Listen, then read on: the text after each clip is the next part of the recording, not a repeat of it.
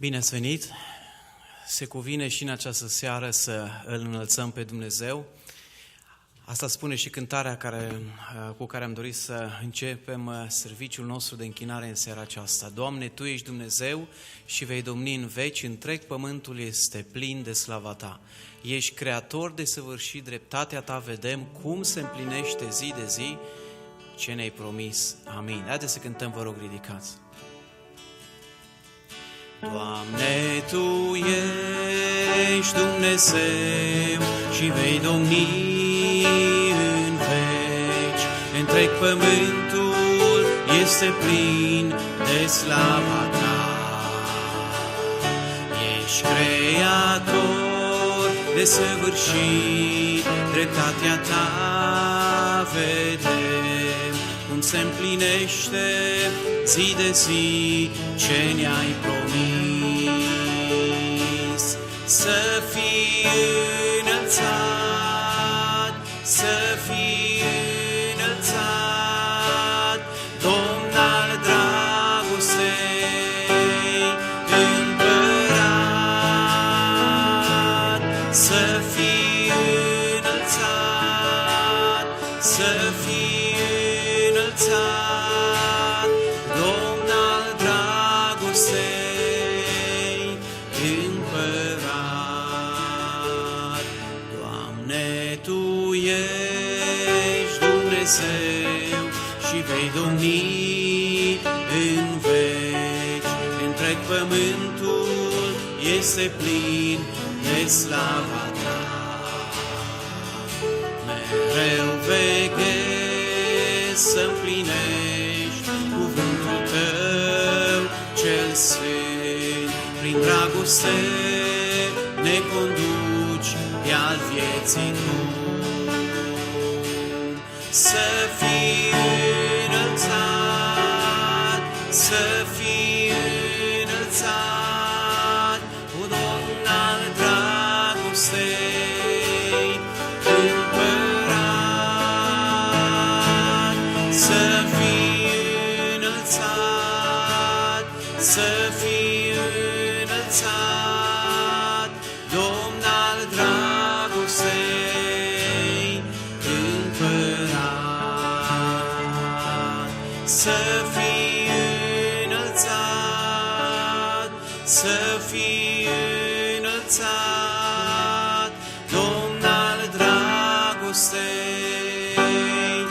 împărat.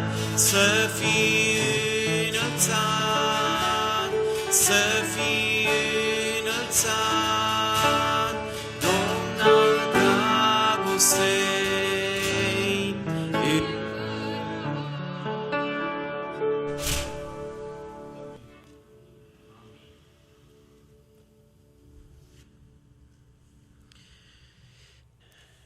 Părintele nostru din ceruri, dorim ca și în seara aceasta Tu să fii înălțat în mijlocul nostru, cât și în inimile noastre. Îți mulțumim, Doamne, pentru că și în această dupămasă ai îngăduit să venim în locul acesta, unde, Doamne, să Te lăudăm pe Tine, să binecuvântăm numele Tău cel Sfânt, să ascultăm cuvântul Tău, să ne închinăm în prezența Ta și să ne bucurăm împreună. Îți mulțumim pentru Domnul Iisus Hristos. Dacă suntem aici, suntem pentru că Tu, prin Fiul Tău prea iubit Iisus Hristos, ne-ai răscumpărat și ne-ai dus la o viață nouă, ne-ai binecuvântat cu o mântuire veșnică și de aceea, Doamne, vrem să Îți mulțumim și prin închinarea noastră să fim recunoscători pentru tot ceea ce ai făcut pentru noi. Îți mulțumim, Doamne, pentru că avem încă libertatea aceasta de a veni și de a ne închina în prezența Ta, Doamne, de a Te lăuda pe Tine, de a asculta cuvântul Tău. Doamne, Te rugăm să binecuvintezi și părtășia noastră din seara aceasta și cu adevărat să lucrezi la mintea și inima fiecăruia dintre noi. Îți mulțumesc, Doamne, pentru fiecare suflet care este în seara aceasta aici. Te rog ca Tu să ne binecuvintezi pe toți. Pentru cei, Doamne, bolnavi care și-ar fi dorit să fie și nu sunt, Te rugăm ca Tu să le dai dai sănătate acolo unde sunt și, Doamne, să ne binecuvintezi pe toți ca și trup al Tău, ca și biserică, fiecare din mădularele acestei biserici, fiecare pe unde suntem. Am vrea, Doamne, ca Tu să ne ajuți să fim mai uniți, să fim mai credincioși, să fim, Doamne, mai pocăiți, Doamne, mai plini de dorința de a căuta voia Ta și de a împlini voia Ta în viețile noastre. Vorbește-ne, Doamne, și astăzi, că suntem aici și dorim din toată inima să ascultăm. Fă-ne cu luarea minte la ceea ce vrei să ne transmiți fiecare dintre noi. Lasă Duhul Tău cel Sfânt la lucru în seara aceasta, în inima și viața fiecare dintre noi și am vrea ca Tu să binecuvintezi familiile noastre, să binecuvintezi biserica aceasta în continuare și numele Tău dorim să fie înălțat și binecuvântat, acum și pentru totdeauna. Amin. Vă rog să ocupați locurile.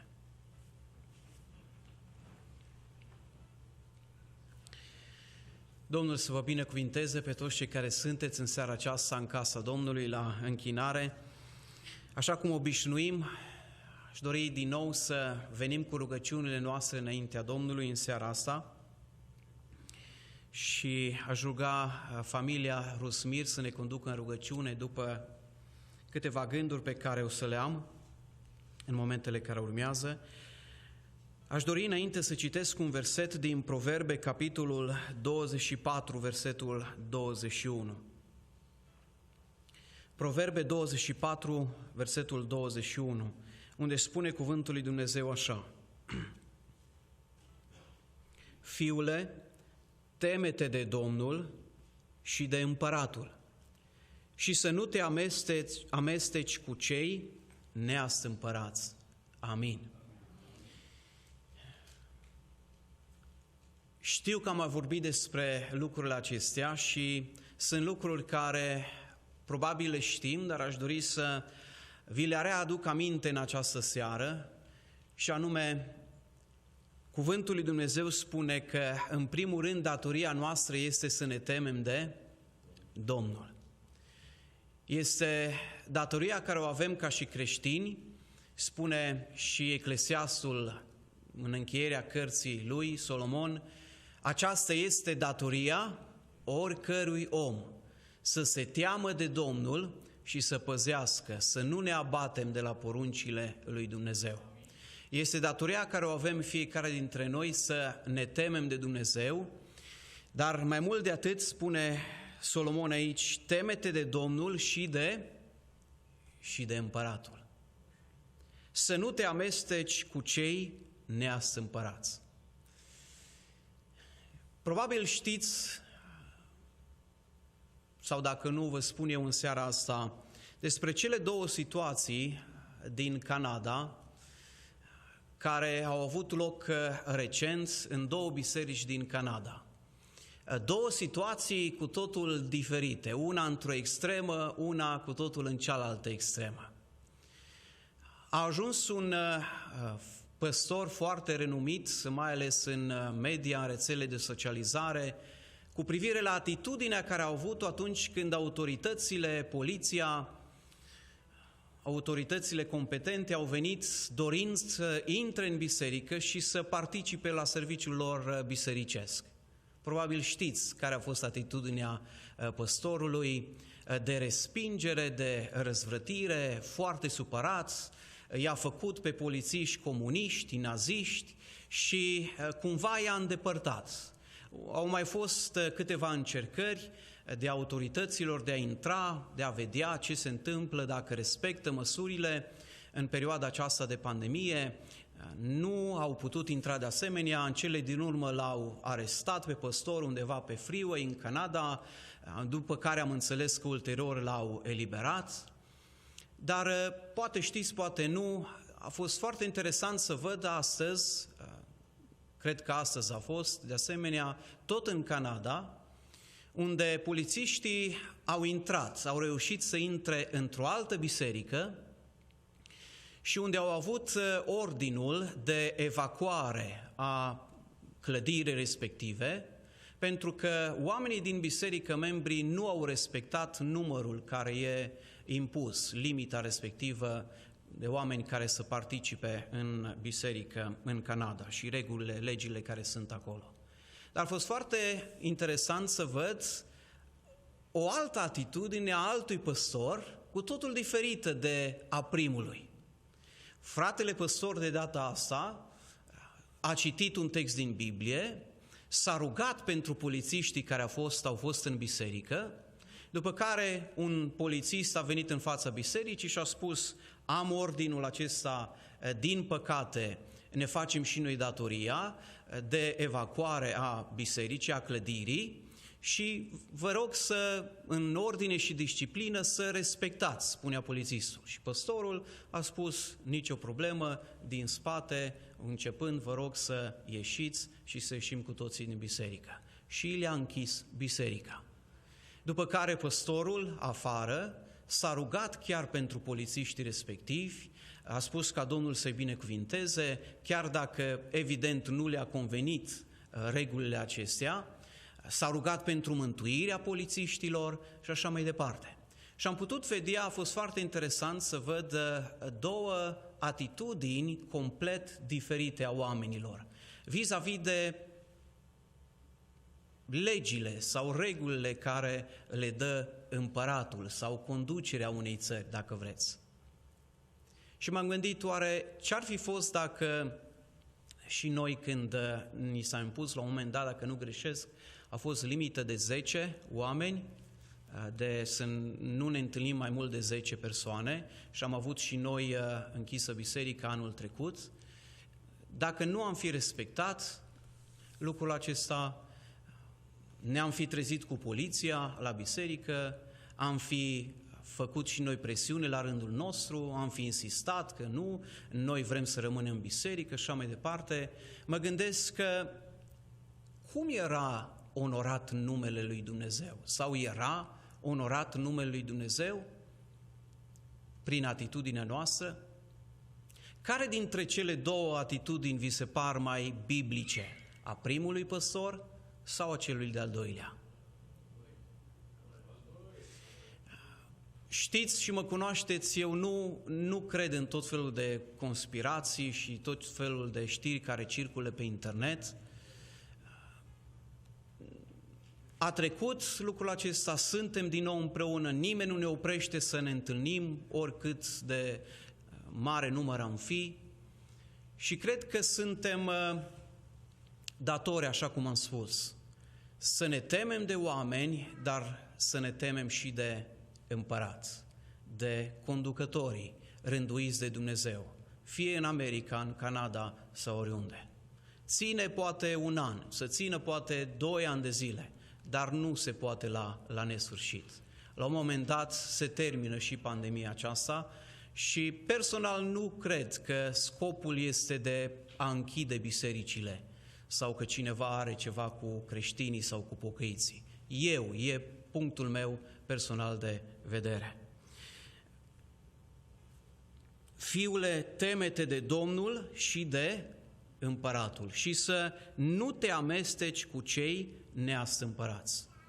Spune și Apostolul Petru, dacă vă aduceți aminte, în prima sa epistolă, de asemenea foarte interesant, creștinii în vremea aceea care aveau ca și împărat sau conducător pe Nero. Și n-a fost vorba de nicio pandemie. Au fost cu adevărat atunci restricții și cu adevărat persecuție, nu ceea ce întâlnim sau de ce avem noi parte astăzi. Creștinii cu adevărat în vremea aceea au fost persecutați.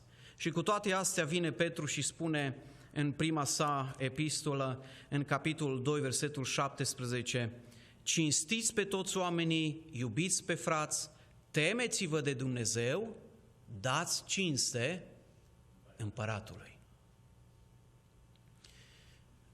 Aș dori să fim foarte atenți și să nu cumva să țin foarte mult la asta, să avem o atitudine ca și creștini care nu se potrivește cu cuvântul lui Dumnezeu. Ne temem de Dumnezeu, dar avem datoria să ne temem și de împărați, de conducători, în sensul de a-i respecta și chiar de a ne ruga pentru ei. Și asta pentru că avem în seara aceasta, o să vorbim despre împărați. Să vorbim din cartea 1 Samuel și o să vedem ce înseamnă un împărat ales de Dumnezeu, ce înseamnă un împărat ales de oameni. Mai avem puțin însă până atunci, dar aș dori ca aceasta să fie gândul nostru de rugăciune, acesta să fie gândul nostru de rugăciune în seara aceasta, să ne ajute Dumnezeu și să ne dea multă înțelepciune, să ne comportăm în așa fel încât niciodată în numele lui Dumnezeu să nu fie făcut de rușine, ci dimpotrivă, numele lui Dumnezeu să fie onorat în tot ceea ce facem și Biserica lui Hristos să aibă întotdeauna de câștigat și nu de pierdut. În orice situație sau împrejurare ar trece ea. Amin. Vă invit să ne ridicăm și așa cum am spus, rog familia Rusmir, pe sora și mai apoi pe fratele să ne conducă în rugăciune cu voce tare înaintea Domnului.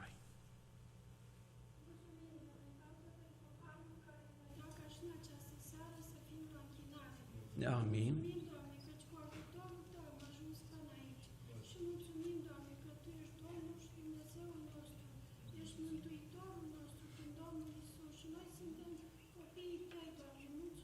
Amin.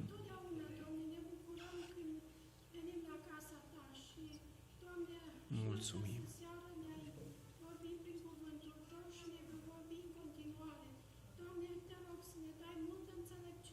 Amin.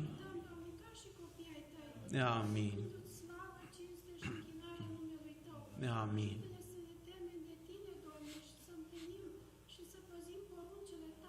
Amin.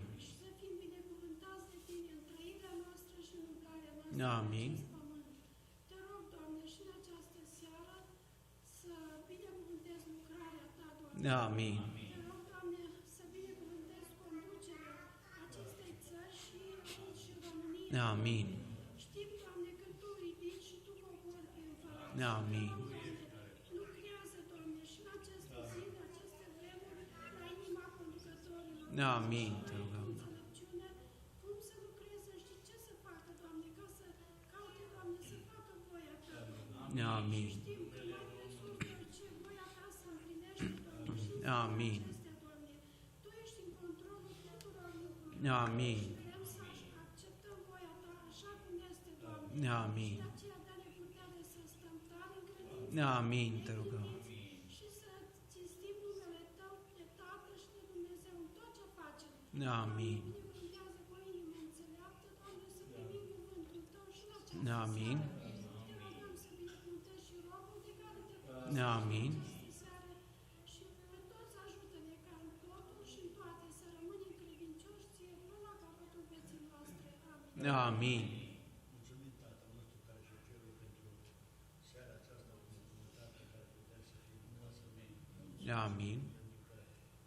De fiecare dată ne vorbești prin cuvântul. Mulțumim, Doamne. Ne vezi, Doamne, cum trebuie să trăim în lumea aceasta ca niște copii. Amin. Să ne dai înțelepciune și pricepere. Amin. Să putem, Doamne, să dovedim că suntem copii. Amin. Doamne, te rugăm să educi și de cei ce sunt puși în legătură. Amin. Să faci ca să uite în primul rând la Tine. Amin. După aceea, Doamne, să poată să conducă o nație. Amin. Că Tu ești în controlul oricărui aceea. Noi îți mulțumim pentru că Tu ești un Dumnezeu drept. Amin. Și bine, dar te rugăm, Doamne, să ajuți pe copiii Tăi întotdeauna, Doamne, să poată să respecte cuvântul Tău. Amin. Doamne, să putem să trăim așa ca niște copii ai Tăi și, Doamne, să putem să respectăm legile și poruncile. Amin. Și apoi să putem să respectăm și legile care ni se dă. Amin. Doamne, că Tu ești cu noi, Doamne, dar te rugăm să ne întărești credința. Amin. Orice ar veni asupra noastră, nimic să nu ne desparte. Amin. Dorim, Doamne, să binecuvântezi și seara aceasta. Amin. Te rugăm. Orice suflet care a intrat în seara aceasta în casa Ta, Doamne, Amin. pentru fiecare, Doamne, să ne dai mântuirea, Doamne, și să Amin. rămânem sub tocătirea Domnului nostru Iisus Hristos, pentru că merită să-i aducem slavă și cinste, Doamne, pentru că El ne-a răscumpărat din lumea aceasta. Amin. Mulțumim. Fii ai iubit, Doamne. Te rugăm să binecuvântezi orice frate, Doamne, și Amin. pe toți care suntem în locul acesta, Doamne, să dăm dovadă că suntem copii. Amin. Te rugăm să binecuvântezi și cuvântul Amin. Amin. Amin, te rugăm. Amin. Amin, te rugăm. Amin. Amin. Vă rog să ocupați locurile, cântăm împreună o cântare, după care ascultăm pe toți cei care, frați, surori, doresc să laude pe Domnul în seara aceasta.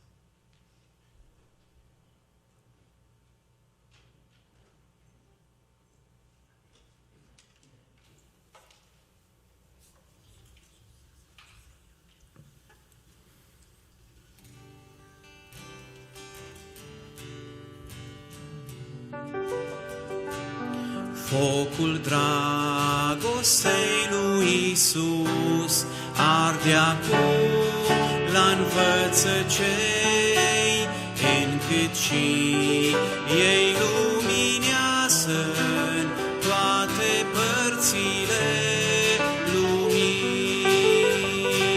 Deci așa să luminați toți înaintea tuturor,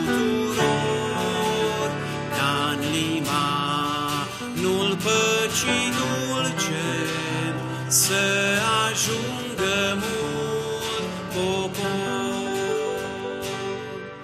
Groasnică întunecimea, valul mării furios, mulți privesc cu nerăbdare după vreun far luminos. Deci așa să luminați toți înaintea tuturor, ca-n limanul păcii dulce să ajungă mult popor.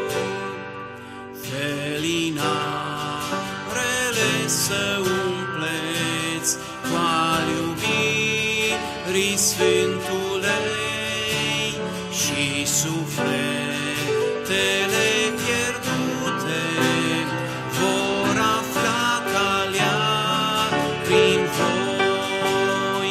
Deci așa să luminați toți înaintea tuturor, ca-n limanul păcii dulce să ajungă mult popor.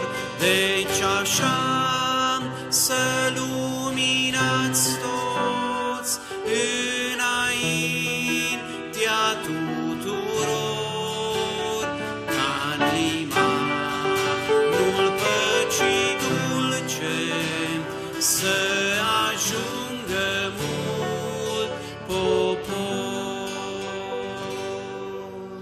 Amin.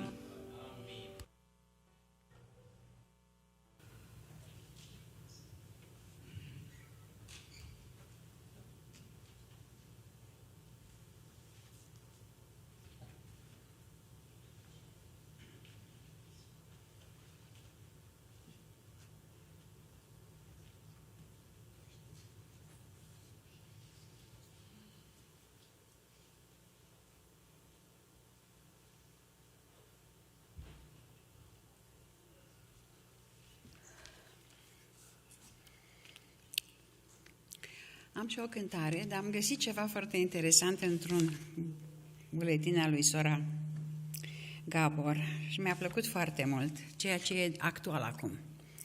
La terapie intensivă sunt internați 2 pacienți, credința în starea ei pasivă și dragostea, 2 corigenți. Cum au ajuns? E o poveste despre un rău grav accident.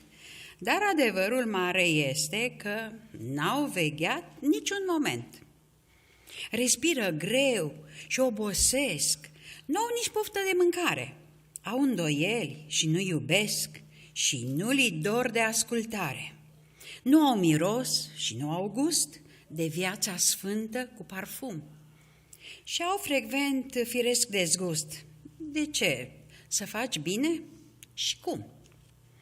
Marele doctor a aflat că cei doi pacienți bolesc de un virus greu de izolat, numit pe scurt COVID firesc.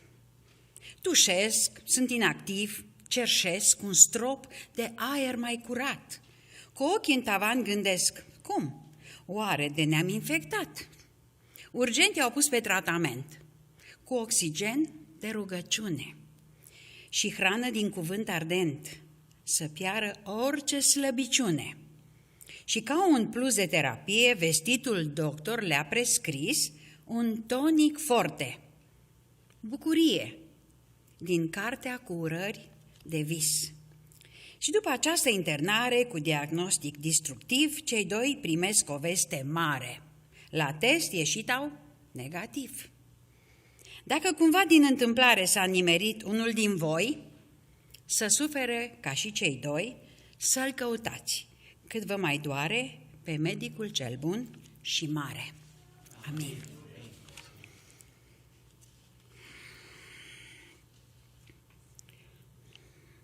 Cu Iisus vreau să stau de vorbă atunci când suntem numai noi, să-i spun ce n-am mai spus la nimeni și apoi să plângem amândoi. Să mă uit în fața lui și să-i spun lui tot și să-i dau lui sarcina ca să nu o mai port. Din câți vorbitul mi-au pe lume, mai drag ca el pe nimeni n-am, de el ascultă și furtuna, pe acest Iisus aș vrea să-l am. Nu l-aș mai lăsa nici când din inima mea și tot ce-aș avea mai scump lui Iisus i-aș da. Iubesc privirea lui cea blândă și vocea lui vreau să o ascult, de mi-ar vorbi o viață întreagă, nu mi-ar părea rău să-l ascult. Când te uiți în fața lui și-l vezi lăcrimând, chiar de-ai fi dușmanul lui, te-ai trezi plângând. Amin.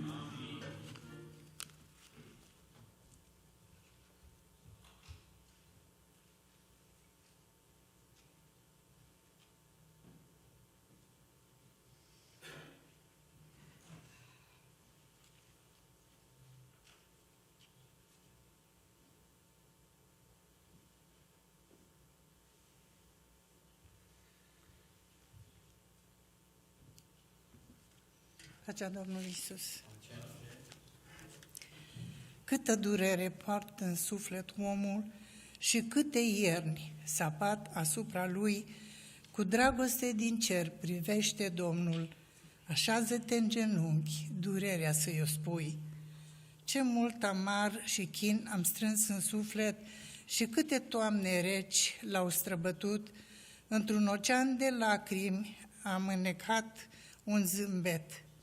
Să pun zăgați durerii, dar n-am putut. Am învățat prin Golgota în suflet să-mi doresc să ajung și pe Tabor și am pornit având în mine un cuget că Domnul mi-e nădejde sfântă și ajutor. Și pașii mei, călcând poteca vieții, alunecând, m-am prăbușit zdrobit și am simțit cum vlaga tinereții s-a scurs din suflet și din trupul istovit. Dar două mâini m-au tras din agonie și s-au grăbit balsam să-mi pună. Mi-a dat să sorb un strop de apă vie, un om cu fruntea însângerâtă sub cunună. și m-a privit cu milă nesfârșită, deși era pe o cruce cu trupul răstignit. Și-a smuls din cuie mâna țintuită, mi-a ridicat și m-a iubit și cu iubire sfântă mi-a șoptit. Eu am purtat toată povara lumii și încă port și astăzi crucea grea. M-a însoțit doar lacrimile mumii și ura celor ce-mi dădea oțet și fere ca să beau. Și eu m-am prăbușit atunci sub cruce și parcă nu povara ei mă apăsa, ci lacrimile mumei ce nu încetară a plânge, căci peste viacuri doar puțini mă vor urma. Tu nu ești singur dacă vii la mine, eu sunt cu tine, simt durerea ta. Când nu mai poți să o duci, sunt lângă tine. Spre înviere te ridic prin jertfa mea. Amin.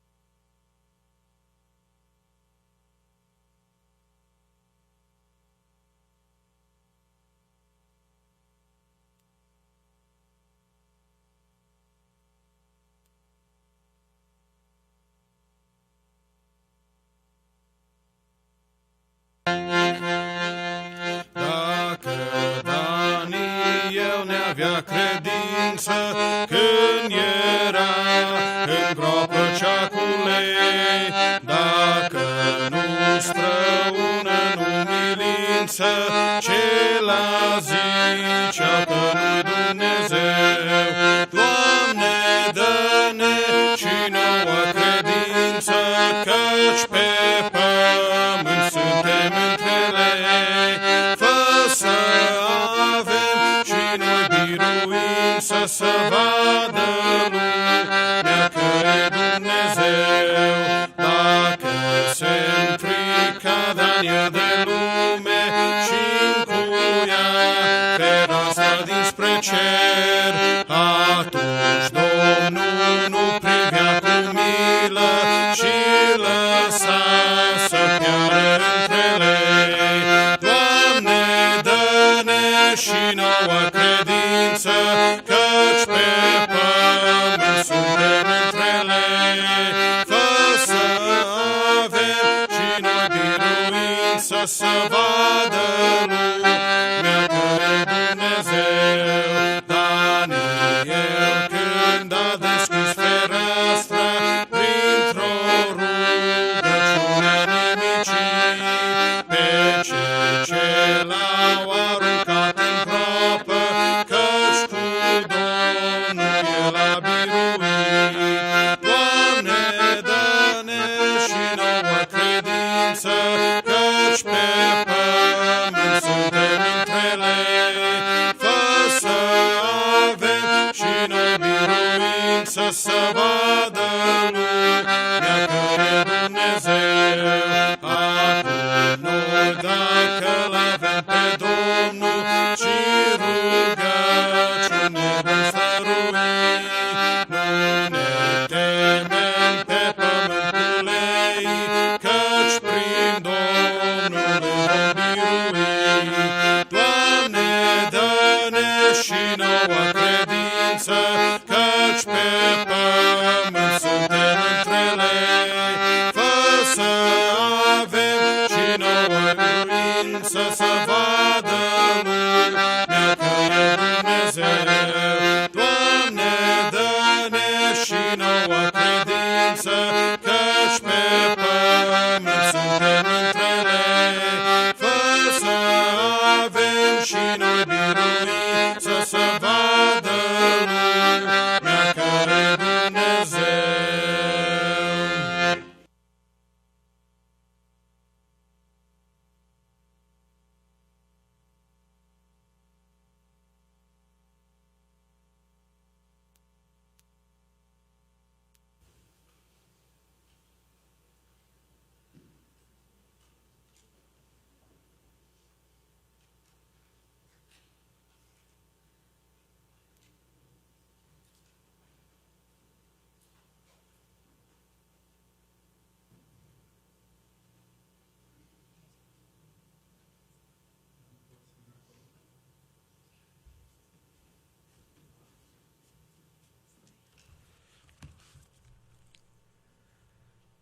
De ce plânge natura când soarele se îndreaptă spre locul de unde își va lua din nou avântul? Oare nu știe că apusul nu-i decât trambolina unei alte dimineți? De ce cântecul și zâmbetul îngheață atunci când norii cei negri întunecă orizontul nădejdii? Oare nu știe că soarele cel veșnic va împrăștia și nori, și ploaie, și ceață și va duce zâmbetul cerului senin? De ce întunericul ascunde lumina de ochiul setos de frumos, iar umbrele apasă din greu pe tot ce-i nădejde, speranță și cânt? Oare nu știe că Iisus e lumina ce a fost, este și va fi în veci și va birui, la fel cum pe moarte a biruit? De ce lacrima brăzdează obrazul sărmanei făpturii, când grija, moartea și boala lovește și prunc, și mamă, și tată, și fiu? Oare nu știe că veni va ziua când Tatăl din cer va șterge și lacrimi și chin și va întinde brațul, cinstindu-l ca fiu? De ce mama și avântul spre alte zări senine, când cei ce le-a dat viață așteaptă o caldă mângâiere? Oare știe că Iisus le va fi mamă ce va îngriji de rodul ce ea l-a semănat? De ce? De ce, Doamne, se întreabă și cel sărac și cel bogat, și cel plin de înțelepciune și cel cu spiritul secat? De ce? Pentru că numai din durerea unei ființe plăpânde se naște perla râvnită de regi și de împărați. Pentru că numai lacrima păstrează ochiul frumos și sănătos, se poate vedea minunea ce Dumnezeu a creat. Pentru că numai din lacrimi, dureri, înfrângeri și necaz se construiește barca ce ne va purta pe marea de cleștar. Acolo sus în slavă, Iisus a pregătit un loc de odihnă pentru toți cei ce au trudit, pentru toți ce au plâns de dorul unei alte lumi, pentru cei ce în tăcere l-au urmat pe miel, ce El însuși și-a dat viața ca jertfă tuturor. Amin.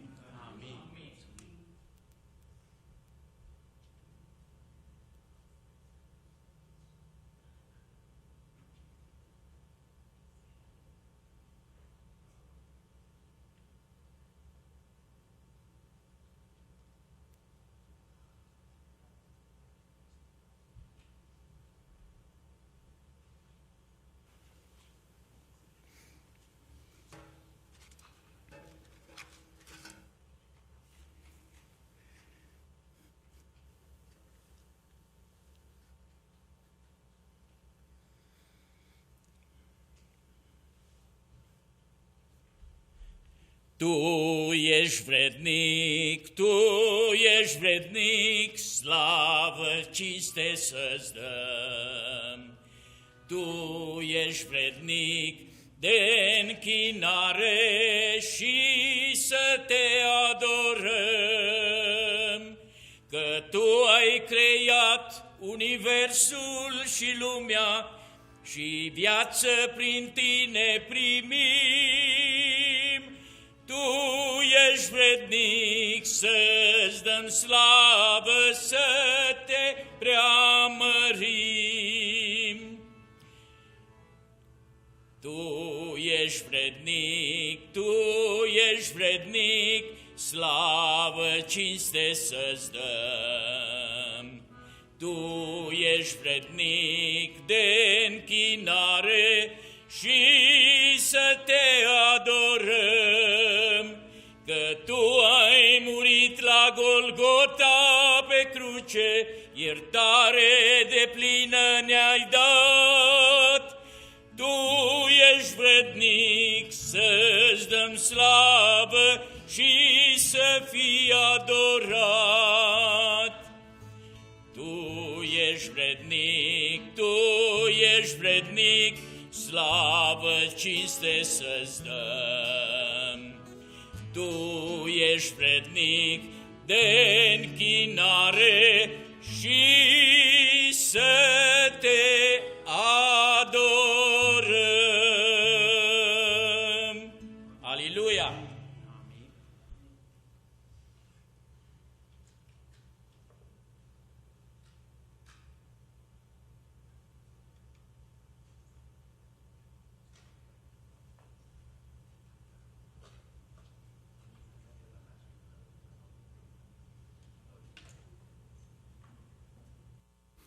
În timpul acestei cântări ne închinăm Domnului cu darurile noastre.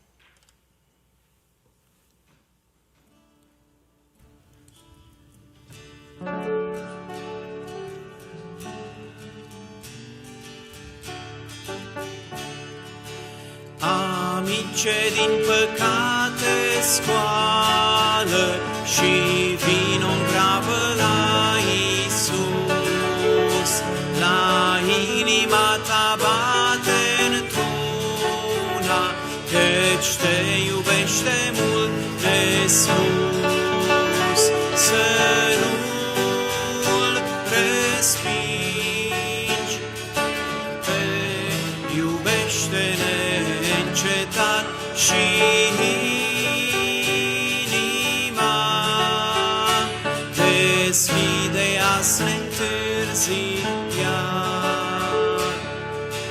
Ce veșnică iubire are de tine bunul Salvator, că pentru vina ta cea mare muri al tău mântuitor. Să nu-l respingi, El te iubește neîncetat și inima deschide-a să ne întârzia. Din trupul său a curs mult sânge, păcatele ale spălat și-a dat viața în locul nostru, cum răsplătim noi jertfa sa. Să nu-l respingi, El te iubește neîncetat și inima deschide-a să ne întârzia. O frate, vino azi la Domnul, iertare în El tu vei afla și sufletul ți liniștește, gustând din fericirea sa. Să nu-l respingi, El te iubește neîncetat și inima deschide-a să ne întârzia. Să nu-l respingi, El te iubește neîncetat și inima deschide-a să ne întârzia. Amin.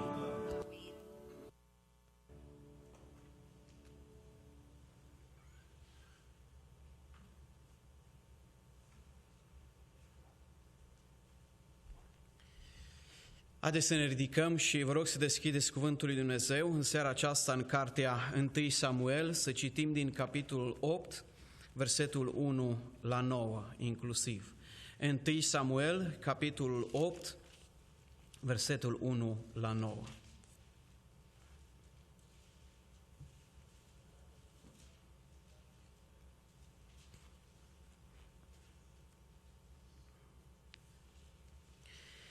Când a îmbătrânit Samuel, a pus pe fiii săi judecători peste Israel.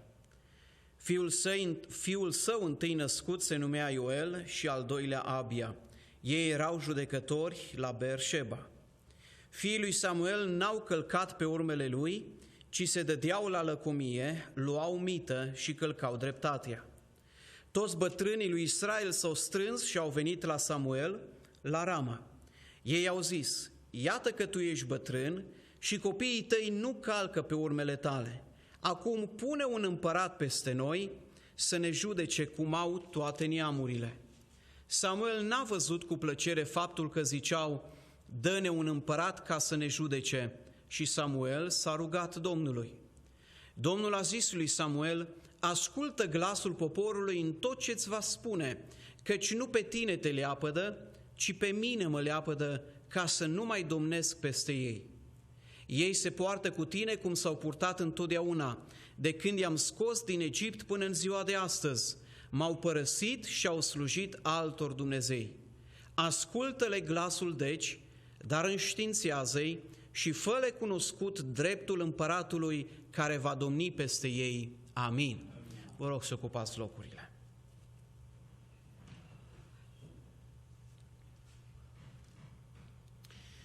Suntem din nou în cărțile Vechiului Testament și poate nu de data asta, poate de data viitoare o să facem o recapitulare vis-a-vis de tot ceea ce am învățat, luând toate cărțile împreună, începând cu cartea Geneza și văzând despre ce vorbește fiecare carte.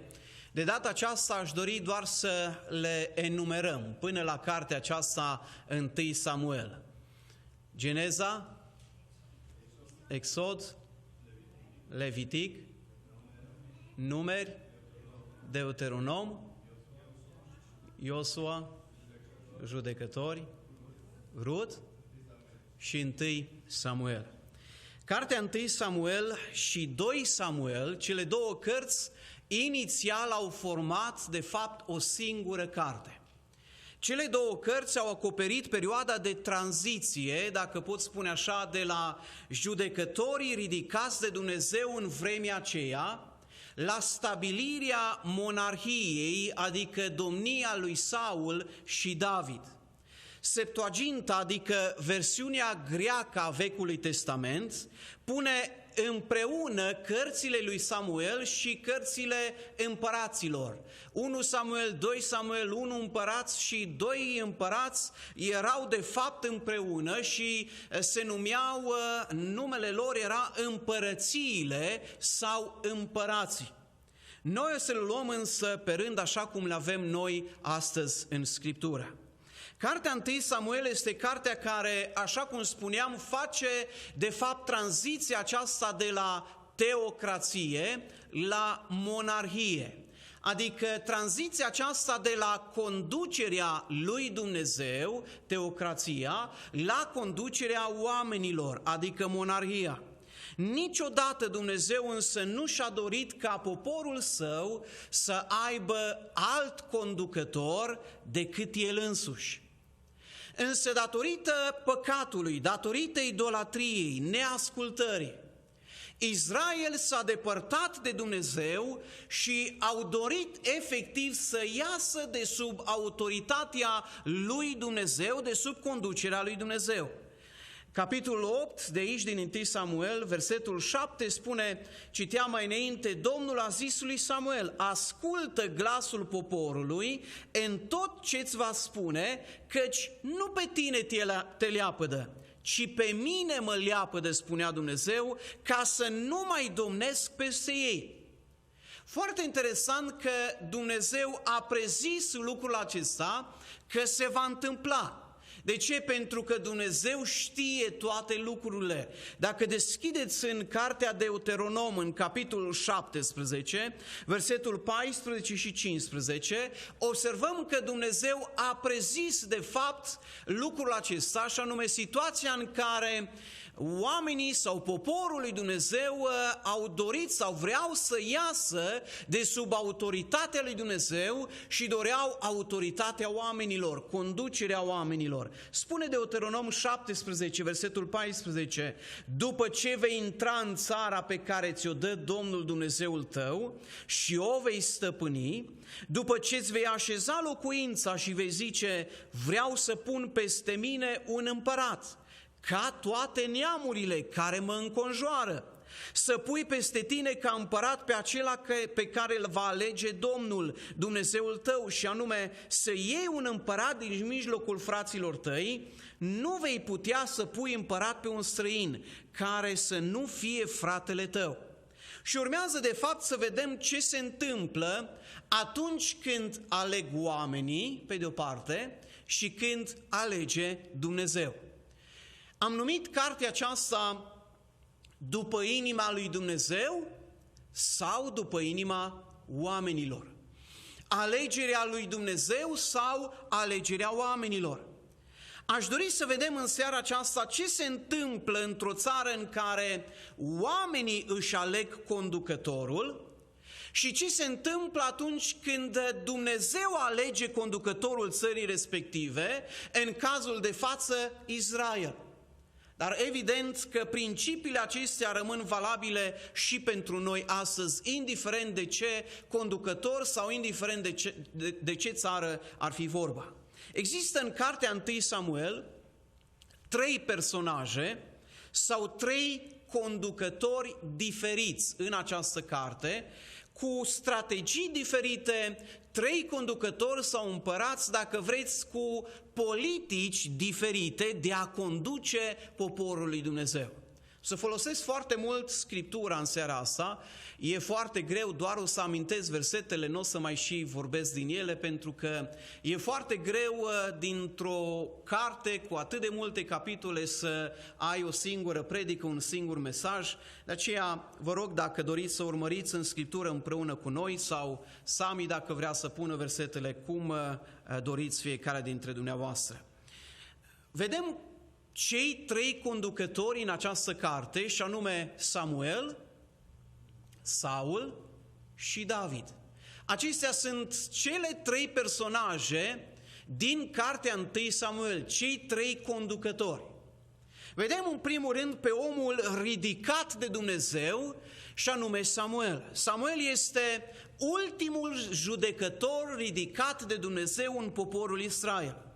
Samuel este, dacă vreți, personajul principal în această carte. De la început până la sfârșit este vorba în mare parte despre Samuel. Samuel ajunge de asemenea să ungă ca împărați atât pe Saul și mai apoi pe David. Destul de greu este să găsim ceva negativ scris despre Samuel în cuvântul lui Dumnezeu. Samuel a fost omul sau conducătorul care a ales să conducă poporul lui Dumnezeu în vremea aceea prin rugăciune. Samuel, am putea spune fără să greșim, a fost omul rugăciunii. Samuel a venit pe lumea aceasta, dacă vă aduceți aminte, s-a născut datorită rugăciunii. Unei rugăciuni ascultate. Capitolul 1, vedem lucrul acesta, versetul 10, când se ruga Ana și spunea, Ana se ruga Domnului cu sufletul amărât și plângea. A făcut o jurință și a zis, Doamne Dumnezeul oștirilor, dacă vei binevoi să cauți spre întristarea roabei tale, dacă îți vei aduce aminte de mine și nu vei uita pe roaba ta, și dacă vei da roabei tale un copil de parte bărbătească, îl voi închina Domnului pentru toate zilele vieții lui și brici nu va trece peste capul lui. A fost rugăciunea Anei în vremea aceea, în urma căreia s-a născut sau a venit pe lumea aceasta Samuel. Observați versetul 19. Elcana s-a culcat cu nevasta sa Ana și Domnul și-a adus aminte de ea. Când i s-au împlinit zilele, Ana a rămas însărcinată și a născut un fiu căruia a pus numele Samuel. Dumnezeu a ascultat, căci a zis ea, de la Domnul l-am cerut. Samuel înseamnă așadar Dumnezeu sau Domnul a ascultat. De aceea spun în seara aceasta, Doamne, mai ascultă și astăzi rugăciunile atât de multe femei care se roagă să aibă copii. Samuel s-a rugat încă din copilărie. Samuel, observați că era obișnuit cu rugăciunea de mic copil. Uitați-vă, vă rog, în capitolul 3, versetul 10, vă aduceți aminte atunci când Domnul îl cheamă și Samuel răspunde, se roagă Domnului, spune, Domnul a venit, s-a înfățișat și l-a chemat ca și în celelalte dăți, Samuele, Samuele. Și Samuel a răspuns, vorbește, căci robul tău ascultă. Acum aș dori să fim foarte atenți la un lucru foarte important. Vă rog să rețineți că există astăzi curente, să rețineți următorul lucru. De ce? Pentru că există astăzi foarte multe curente ciudate și departe de Scriptură. Ce vreau să spun? Samuel de mic copil, spune Scriptura, foarte clar, că sluja Domnului înaintea lui Eli. De mic copil. Spune, uitați-vă, în capitolul 3, versetul 1, tânărul Samuel sluja Domnului înaintea lui Eli. Versetul 7 spune, Samuel nu cunoștea încă pe Domnul și cuvântul Domnului nu-i fusese încă descoperit. Foarte interesant. Vă rog să fim foarte atenți. Da? Spune, Samuel sluja Domnului în templu, dar Samuel nu cunoștea pe Domnul. Samuel, un copil, sluja Domnului, dar Samuel nu cunoștea pe Domnul.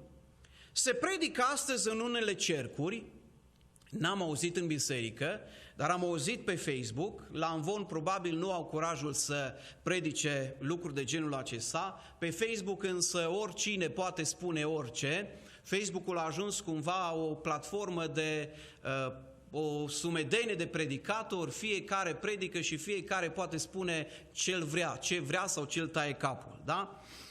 Sunt unii care vin și spun în felul următor, predicatori, cum că, copiii nu au dreptul să laude pe Domnul, nu au dreptul să cânte, pentru că ei nu sunt mântuiți și Domnul nu primește lauda sau închinarea din partea unor oameni nenăscuți din nou sau nemântuiți. Și acum se trezesc unii să spună că, de fapt, Dumnezeu nu primește cântarea nici a copiilor care cântă probabil în cor, Dumnezeu nu primește închinarea sau lauda nici a copiilor care cântă în fanfară sau de orice formație ar fi, pentru că ei sunt copii și nu sunt mântuiți. Și că toți liderii bisericilor de astăzi care încurajează copiii să slujească, să cânte sau să laude pe Domnul, fac de fapt un păcat, păcătuiesc. Și am întrebat pe cineva care spunea lucrurile acestea, copiii mei cântă în biserică. Unul dintre băieții noștri, cel mai mare din băieți, cântă la pian, conduce biserica în închinare, în cântare. Celălalt cântă de asemenea, slujesc Domnului. Asta înseamnă că eu păcătuiesc ca păstor, că îi încurajez la lucrurile astea? Vă mărturisesc sincer că mă tot mir cât de multe lucruri nebiblice, departe de adevăr, apar în ultima vreme. De ce nebiblice? Pentru că tocmai îl vedem pe Samuel, un lucru biblic, o dovadă foarte clară în Scriptură. Tânărul Samuel slujind Domnului în templu și necunoscând pe Domnul. Ce era să-i fi spus preotul Eli în vremea aceea? Auzi, Samuele, tu n-ai ce căuta în templu, tu ești doar un copil, ești un tânăr, prima dată tu trebuie să te pocăiești, prima dată trebuie să-L cunoști pe Domnul, să te întorci la Domnul și apoi mai vorbim. Apoi vino în templu, apoi poți să vii să cânți, să te rogi și să slujești. Samuel însă ajunge să-L cunoască și chiar să vorbească cu Domnul. De ce?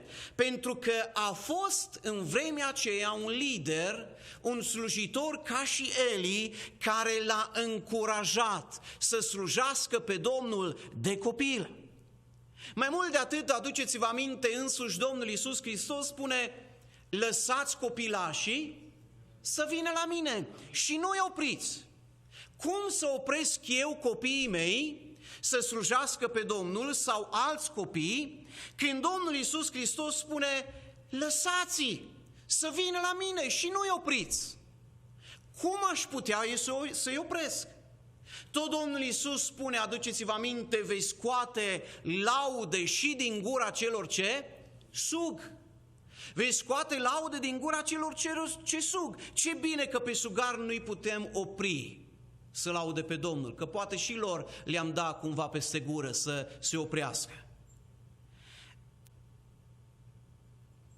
Și m-am gândit, dacă spunea lucrurile acestea cineva acum 20-30 de ani,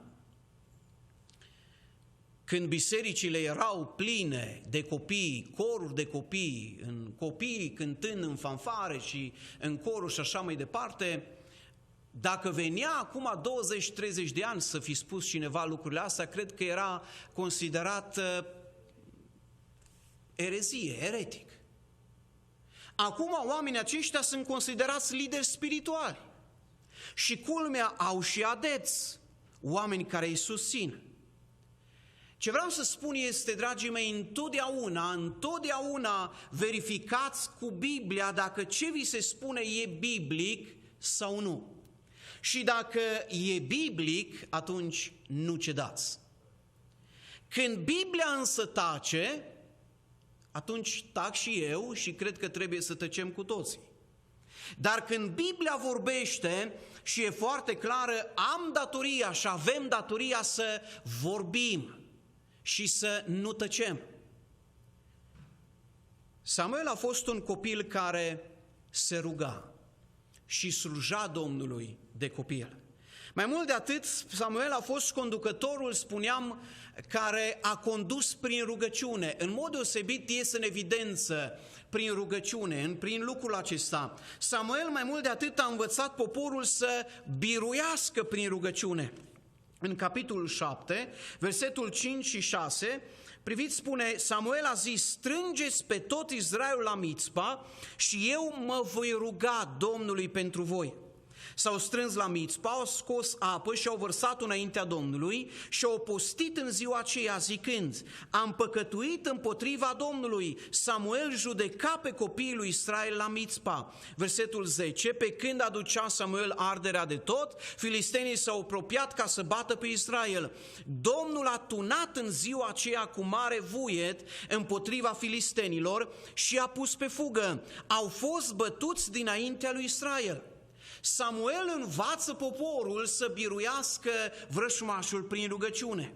Samuel a alergat mai mult de atât la rugăciune când poporul, atenție, a cerut alt împărat. Am citit în seara aceasta capitolul 8, versetul 6. Samuel spune, n-a văzut cu plăcere faptul că ziceau, dă-ne un împărat care să ne judece. Și ce a făcut Samuel? S-a rugat Domnului. Spune, poporul a cerut un alt împărat și Samuel, spune, s-a rugat Domnului. Samuel, mai mult de atât, a continuat să se roage pentru popor, chiar și după ce, atenție, l-au lepădat ca și conducător al lor. Uitați-vă, vă rog, în capitolul 12, versetul 19, spune aici așa, și tot poporul a zis lui Samuel, roagă-te Domnului Dumnezeului tău pentru robii tăi, ca să nu murim. Căci la toate păcatele noastre am mai adăugat și pe acela de a cere un împărat pentru noi. Samuel a zis poporului, nu vă temeți, ați făcut tot răul acesta, dar nu vă abateți de la Domnul și slujiți Domnului din toată inima voastră. Nu vă abateți de la El, altfel ați merge după alte lucruri de nimic, care n-aduc niciun folos, nici izbăvire, pentru că sunt lucruri de nimic. Domnul nu va părăsi pe poporul lui din pricina numelui lui, celui mare, căci Domnul a hotărât să facă din voi poporul lui. Și versetul 23 spune așa, departe iarăși de mine să păcătuiesc împotriva Domnului, încetând să mă rog pentru voi.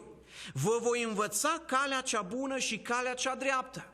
Samuel, observați, putea să le spună, nu m-ați vrut ca și împărați, nu m-ați vrut ca și judecător, ca și conducător al vostru, mergeți, îmi pare rău, mergeți la cine vreți, nu mai veniți la mine, nu mai apelați la mine, la ajutorul meu. Însă Samuel, ca un om al lui Dumnezeu ce era, spune versetul 23, departe iarăși de mine, să păcătuiesc împotriva Domnului, încetând să mă rog pentru voi. Vă voi învăța calea cea bună și cea dreaptă. Ce model extraordinar de lider, de conducător. Când poporul, chiar dacă l-au lepădat, nu l-au mai vrut, Samuel a spus, aș păcătui dacă nu m-aș ruga pentru voi, dacă n-aș fi alături de voi. Un conducător care a condus așadar prin rugăciune. Un conducător care a înțeles că arma cea mai importantă în orice situație împotriva oricărui dușman este rugăciunea. Doamne, mai ridică astfel de conducători și în America, și în România, în lumea în care trăim. Samuel, un conducător rânduit de Dumnezeu. Însă spune Scriptura că Samuel a îmbătrânit. Și spune în capitolul 8, versetul 4 și 5, textul pe care l-am citit, că toți bătrânii la un moment dat al lui Israel s-au strâns și au venit la Samuel la Rama. Ei au zis, iată că tu ești bătrân și copiii tăi nu calcă pe urmele tale, acum pune un împărat peste noi să ne judece cum au toate neamurile. Și urmează un alt împărat pe nume Saul, de data aceasta ales de oameni. Primul împărat al lui Israel ales de oameni. Și o să vedem în momentul următor diferența aceasta dintre un împărat sau conducător ales de oameni și ales de Dumnezeu. O vedem și astăzi în zilele noastre foarte clar. Ce se întâmplă atunci când oamenii nu mai vor să fie conduși de Dumnezeu, ci cu orice preț ei vor altceva sau vor pe altcineva? Saul, un împărat care a început bine, a început promițător, am putea spune, dar care a sfârșit dezastros, a sfârșit rușinos.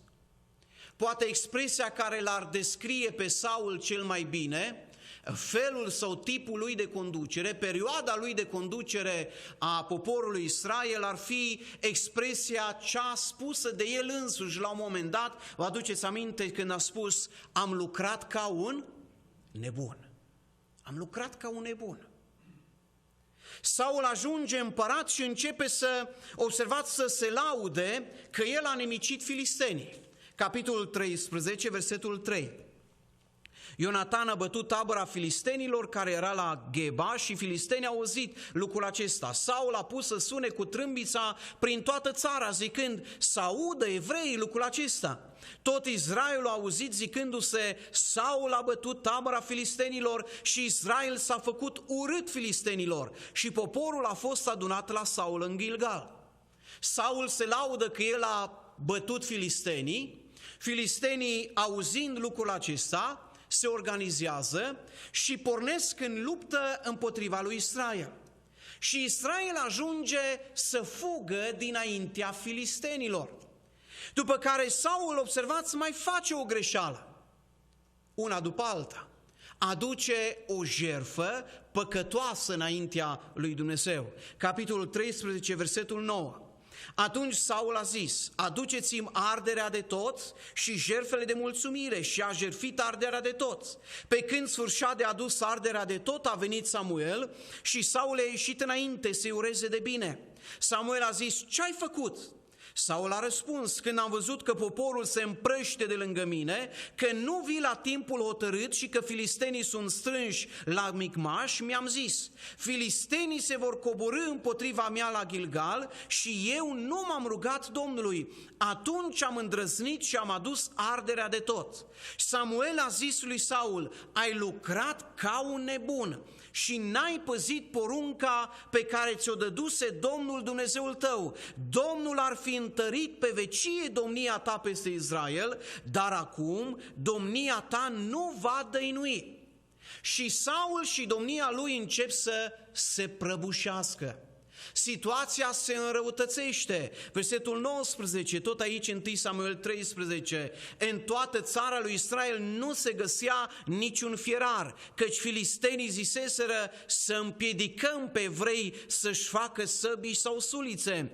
Și așa s-a întâmplat, versetul 22, că în ziua luptei nu era nici sabie, nici suliță în mâinile întregului popor, care era cu Saul și Ionatan. Nu avea decât Saul și fiul său Ionatan. Asta se întâmplă când oamenii își aleg conducătorul. Țara e în pericol. Mai mult de atât, bătălia cu amaleciții, când Domnul poruncește, vă aduceți aminte, să nimicească toți, să nu lase în urmă efectiv nimic, să nimicească tot, absolut tot și să nu rămână nimic în urma lor. Capitolul 15, versetul 9, spune: Saul și poporul ce-au făcut? Au cruțat pe Agag și oile cele mai bune, boii cei mai buni, vitele grase, miei grași și tot ce era mai bun, n-a vrut să le nimicească cu desăvârșire. Când Dumnezeu le-a spus să nimicească tot cu desăvârșire, au nimicit numai tot ce era prost și nebăgat în seamă. Și spune versetul 22, vine Samuel, vă aduceți aminte, și îi spune: Samuel a zis: îi plac Domnului arderile, mai mult arderile de tot și jertfele, decât ascultarea de glasul Domnului? Ascultarea face mai mult decât jertfele și păzirea cuvântului său face mai mult decât grăsimea berbecilor, spune cuvântul lui Dumnezeu. Saul, mergând mai departe în cartea 1 Samuel, aduceți-vă aminte, ajunge chiar un om, un conducător, muncit, spune Scriptura, de un duh rău, îngăduit de Domnul.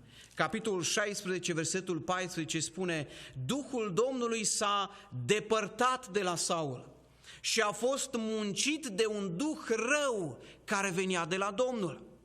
Un împărat chinuit de duhuri rele, datorită neascultării de Dumnezeu. Saul a condus cum a vrut el.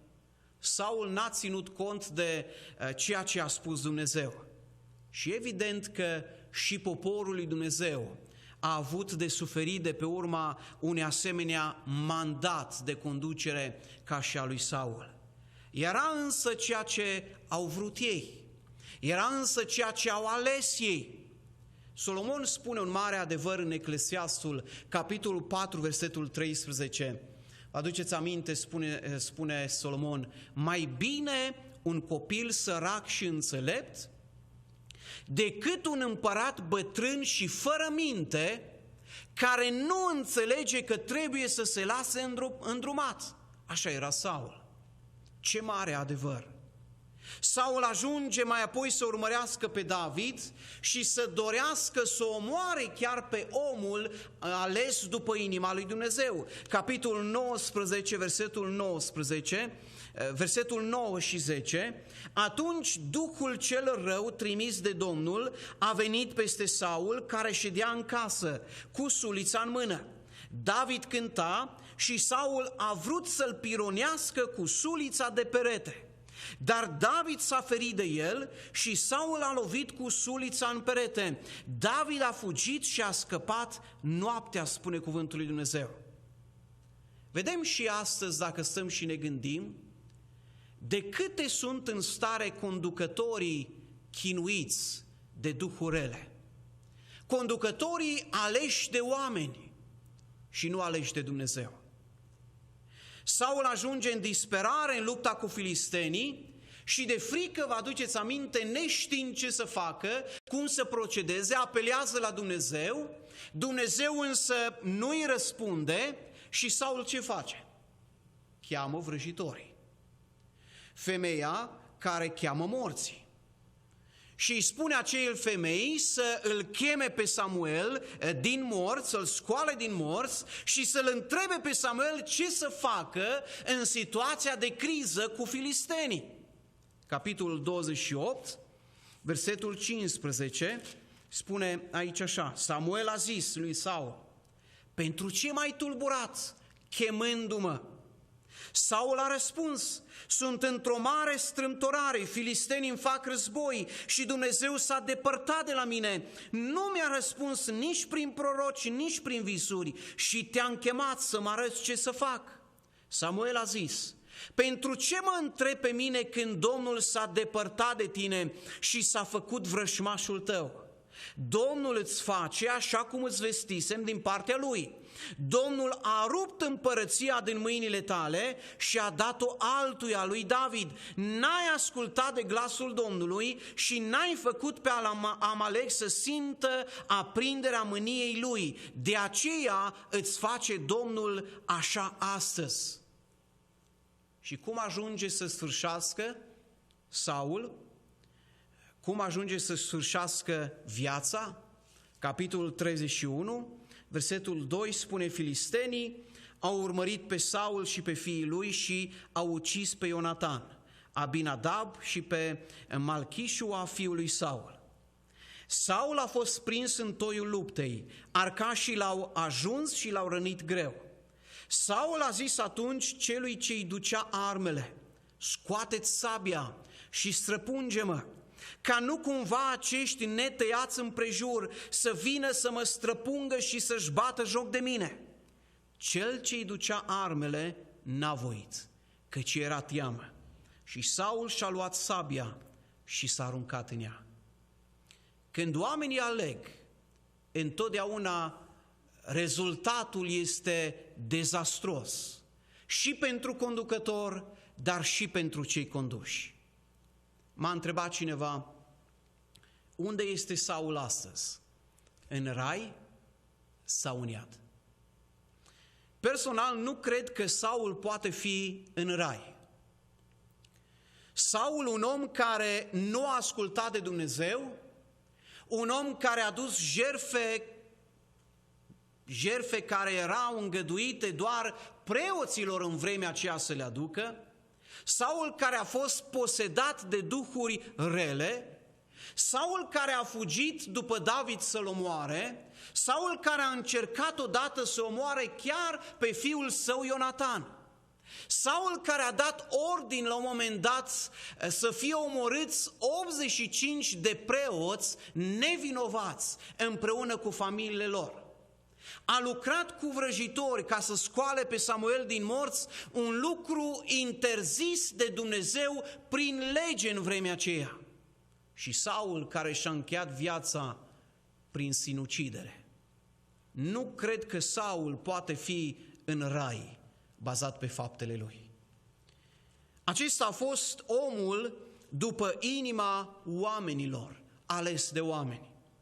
Însă, capitolul 13, tot aici în 1 Samuel, vedem pe celălalt conducător, al treilea conducător din această carte, și anume ales de Dumnezeu.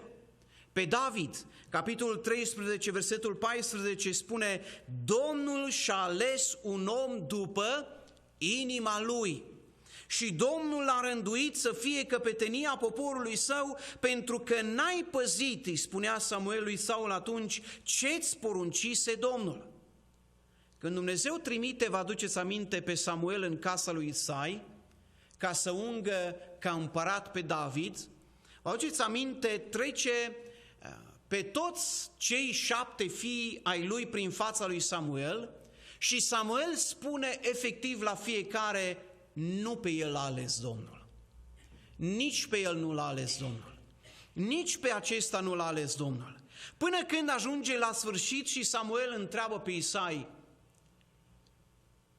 aceștia sunt toți fiii tăi?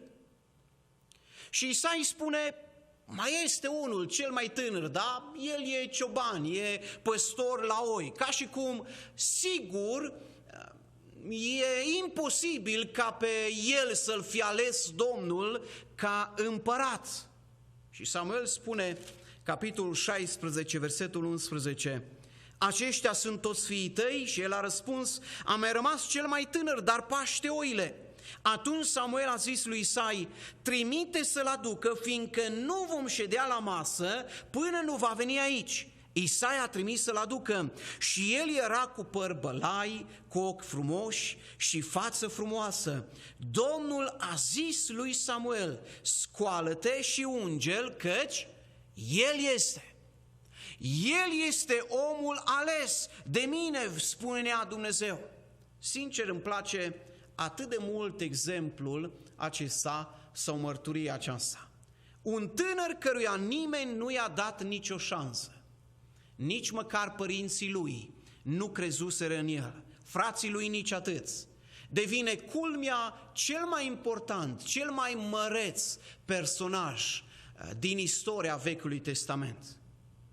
David, aduceți-vă aminte, aduce biruința, vedem în această carte foarte pe scurt, aduce biruința poporului Dumnezeu luptând și nimicind pe uriașul, pe filisteanul Goliat. David ajunge să aibă o relație foarte apropiată cu Ionatan, fiul lui Saul, celui care căuta să-l omoare. David ajunge culmea ginerele lui Saul, căsătorindu-se cu Mical, una din fetele lui Saul. David e scăpat de Ionatan, e scăpat de Mical, de Samuel, de Ahimelec, de Achish, pentru că atunci când Domnul iubește cu adevărat pe cineva, El întotdeauna are oamenii Lui prin care să-și ducă planul la îndeplinire.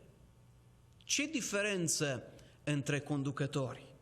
Samuel, omul rugăciunii, Saul, omul cerut de oameni, ales de oameni. Saul, asta și înseamnă cerut sau dorit, și David, omul după inima lui Dumnezeu, ales de Dumnezeu.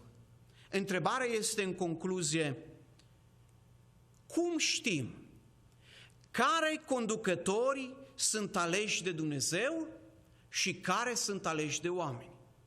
Cine l-a pus, de exemplu, pe președintele Biden în conducerea Americii?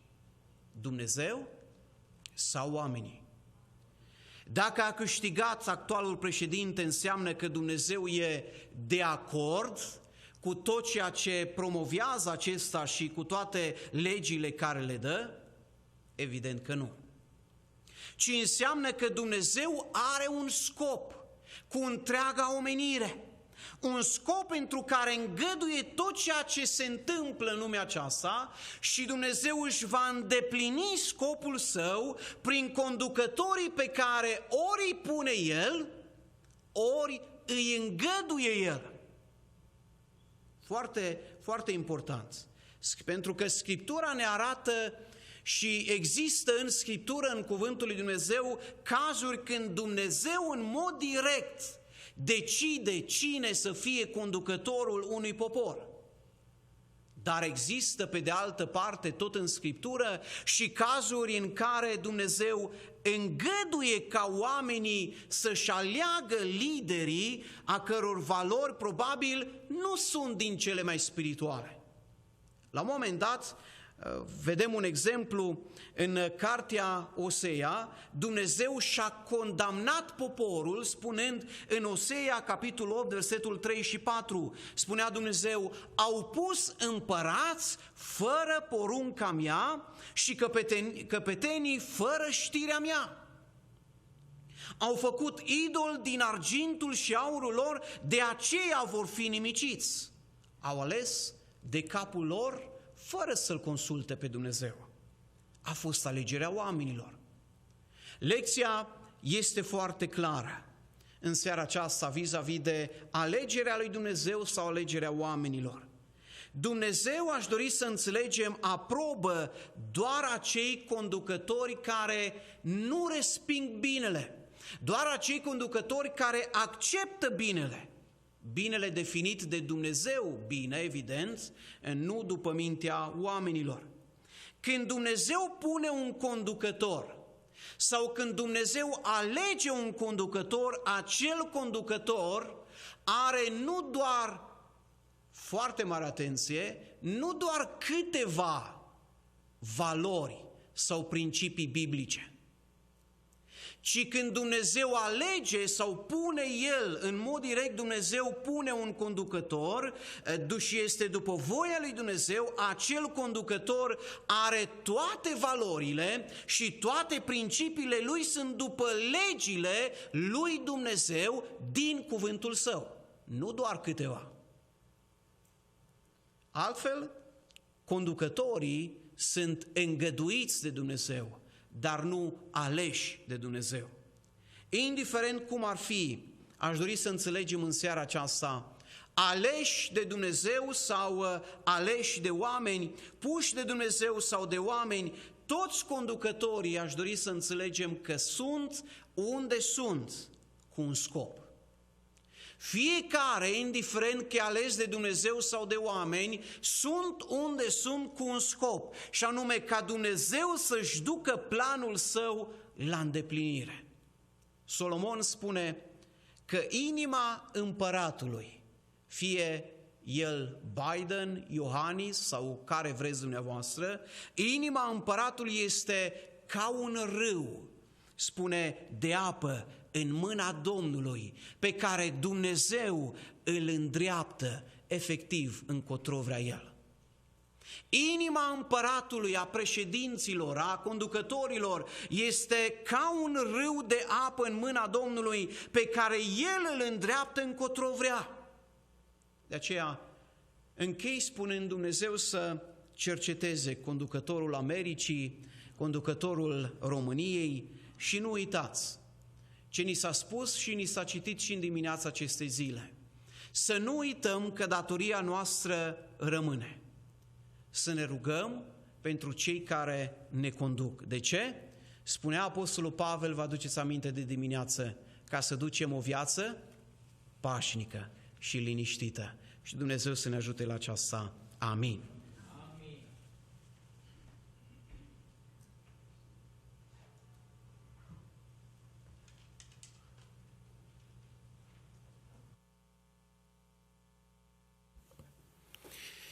După această cântare, rog pe fratele Rad să ne conducă în rugăciune cu voce tare de încheiere înaintea Domnului.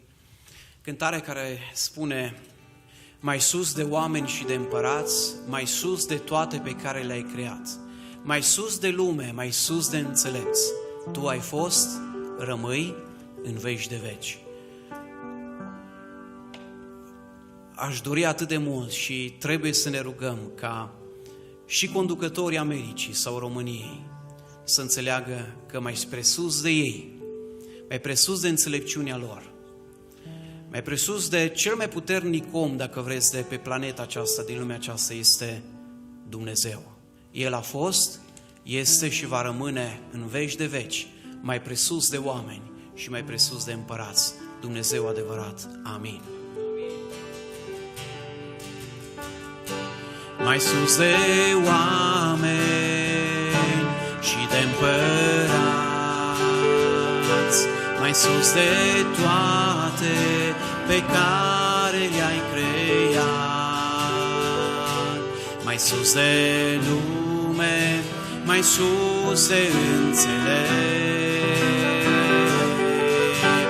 Tu ai fost, rămâi în veci de veci, mai sus de tronul și împărății, mai sus de-a lumii, din mari minunății, mai sus de aur și tot ce-i valoros, Tu rămâi în veci cel mai prețios, răstignit și pus într-un mormânt, ca să mori, venit ai pe pământ și zdrobit ca un trandafir. Tu ai căzut și te-ai gândit doar la mine. Mai sus de oameni și de împărați, mai sus de toate pe care le-ai creat, mai sus de lume, mai sus de înțelepți, Tu ai fost, rămâi în veci de veci, mai sus de tronul și împărății, mai sus de-a lumii, mari minunății, mai sus de aur și tot ce-i valoros. Tu rămâi în veci cel mai prețios. Răstignit și pus într-un mormânt, ca să mor, venit ai pe pământ și zdrobit ca un trandafir. Tu ai căzut și te-ai gândit doar la mine.